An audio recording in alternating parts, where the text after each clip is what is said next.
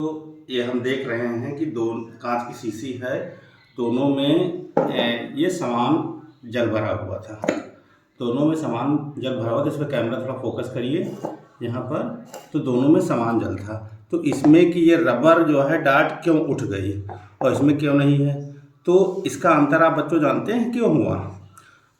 तो इसका अंतर इसलिए हुआ क्योंकि जल समान मात्रा में था, लेकिन जल से जब बर्फ़ बनाया गया तो बर्फ़ का आयतन क्या हो गया, बढ़ गया। तो बर्फ़ का आयतन बढ़ने से क्या हुआ, देखिए डार्ट उठ गई नहीं उठ गई। और अगर आप देखें तो बर्फ़ ये बाहर निकल भी आई है। तो आयतन बढ़ने से इसका जो है ये बर्फ़ बाहर निकल, रबर की थी, अगर ये इसमें डार्ट मजबूती से लगे तो ये कांच की शीशी फूट जाती।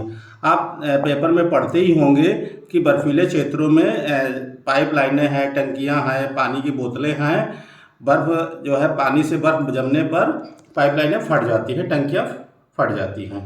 तो आयतन बढ़ने से क्या हुआ, इसका घनत्व तो कम हो गया। इसीलिए आप देखते होंगे कि पानी पर बर्फ़ तैरती रहती है। ये प्रैक्टिकल भी आपको हम करके दिखा चुके हैं। देखिए दोनों में समान जल था, जल से ये बर्फ़ में परिवर्तन हो तो इसका आयतन बढ़ गया, तो ये बर्फ़ बाहर निकल आई, यानी बढ़ गई। नहीं लग रहा कि बर्फ़ अलग से आ गई नहीं, बर्फ़ अलग से नहीं आई है, ये आयतन इसका बढ़ने के कारण ही ये बर्फ़ ये बाहर निकल आई है।